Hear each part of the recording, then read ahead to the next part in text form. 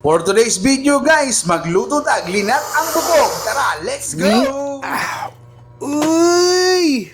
Kay lami magkaihigop og sabaw, so nagpalit ko bukog sa merkado. Ako din ning giugasan og gitak-an ako sa kaldero. So ato din ning gi-prepare ang mga gulay og lamasan ni guys, sama sa kalabasa, gabi, ahos, luya, pechay, buyas dahon, bagyo beans og sili espada. So samtang nagpabukal ta og nagpahumok ta sa atong bukog guys, ato sa ning prepare atong mga lamas ugwan, ato na siyang gipanghihiwa. Ani ko magluto guys og linat ang bukog. Ako sa pahumok ko daan ang karni, una ko maglunod sa mga lamas-lamas ug mga gulay. Shout out day ko sa akong mga solid supporters o mga bagong followers nako. Daghang salamat kayo sa inyong suporta ug Merry Christmas ninyong tanan. So at this point guys, naglata naman ni akong bukog guys. Ako na ning gihinayag lunod ako ang gabi, kalabasa, ahos, luya. Once na maluto na guys, ako ning gisunod ang bagyo beans ug sili espada ug kaning mais. Then ako na ning gitimplahan og asin o bitsin. Gibutangan sa nako gamayng patis. Once na mubukal na guys, ako na ning gilunod ang pichay o sibuyas dahon. And there you have it, luto na. Higop ang sabaw.